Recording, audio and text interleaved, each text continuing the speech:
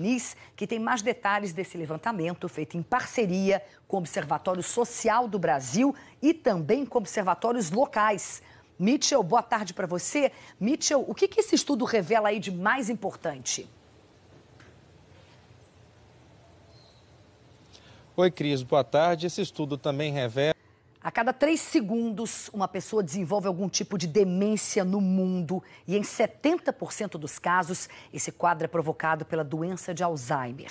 Uma campanha alerta para que as pessoas fiquem atentas aos primeiros sintomas do Alzheimer, um mal que atinge 1.200.000 brasileiros.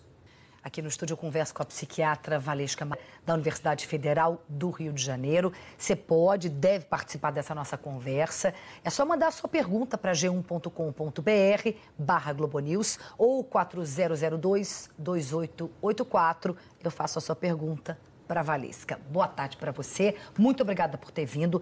Minha primeira pergunta é o seguinte: como é que o Alzheimer age no cérebro da pessoa doente? Boa tarde, Cristiane. Boa tarde a todos. Obrigada pelo convite. Essa pergunta ela é bem importante. A gente sabe que a doença de Alzheimer Da doença, ela pode ser dividida em fases? Pode. Caracterização por fases, cada fase com uma característica clínica que marca ou que dá a essa fase uma peculiaridade maior. E é possível diagnosticar essas características que você falou aí décadas antes? Na verdade, o que a gente sabe, enquanto isso é só para pesquisa. Bom, a gente já começou a receber aqui pergunta dos nossos telespectadores. O Silvio de Souza, aqui do Rio de Janeiro, pergunta o seguinte: a minha mãe teve Alzheimer e hoje eu tenho alguns esquecimentos. Existe uma forma de prevenir ou algum tratamento para que a doença não avance? Silvia, a sua pergunta é a pergunta que a gente ouve, quem trabalha. Por enquanto, pedir para você continuar com a gente aqui ao longo da edição das 4, já a gente volta a conversar. Ainda nessa edição eu volto, portanto, a conversar com a Valesca Marinho sobre essa doença, mal de Alzheimer. Participe, mande a sua pergunta para mim, que a gente repassa para a Valesca. Eu vou voltar a conversar com a médica psiquiatra Valesca Marinho, coordenadora do Centro de Doença de Alzheimer do Instituto de Psiquiatria da UFRJ. Eu vou direto, Valesca, para as nossas dúvidas aqui dos nossos telespectadores, porque chegaram muitas perguntas, é um assunto que sempre suscita muitas dúvidas mesmo.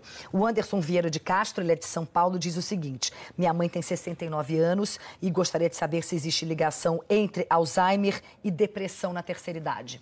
Ótima pergunta. A Dardeto, de São Caetano do Sul, também São Paulo, diz o seguinte: eu tomo há 10 anos omeprazol, o uso prolongado desse remédio pode acarretar em Alzheimer? Então, definitiva sobre isso? Na verdade, não seria a doença de Alzheimer, mas o déficit da vitamina ocasionando uma queixa cognitiva. A Vera Lúcia Souza, aqui do Rio de Janeiro, pergunta o que a especialista pode dizer para auxiliar no diagnóstico e prevenção do Alzheimer. Ir a geriatra, neurologista ou psiquiatra? Então, aí... Lado no Rio de Janeiro também é o Gerson Camarote. Camarote, boa tarde para você. Bom, pergunta para você direta e objetiva: quem saiu ganhando nessa pesquisa mais recente Ibope, na sua opinião? Vamos lá. Aqui comigo, que a gente tem muita pesquisa ainda para conversar, porque o Ibope também simulou 4 cenários para o segundo turno. Em todas as simulações, a margem de erro é de 2 pontos percentuais para mais ou para menos. Vamos ao primeiro deles, entre Ciro Gomes e Jair Bolsonaro. Camarote, como é que se justifica aí o crescimento dessa rejeição tanto a Jair Bolsonaro quanto a Fernanda Haddad? Vamos lá. O Bolsonaro, que a gente vê, a Andréa estava falando um pouco, essa campanha de desconstrução, ir a fundo nesses dados, chega a 54% a rejeição de Bolsonaro. Então, é uma rejeição para intenção de votos, ele também tem um campo para crescer na rejeição. Então, não é algo simples. E a rejeição entre os homens é bem maior no Haddad do PT. Por exemplo, é de 34% a rejeição entre os homens, quando a rejeição dele está em 30%.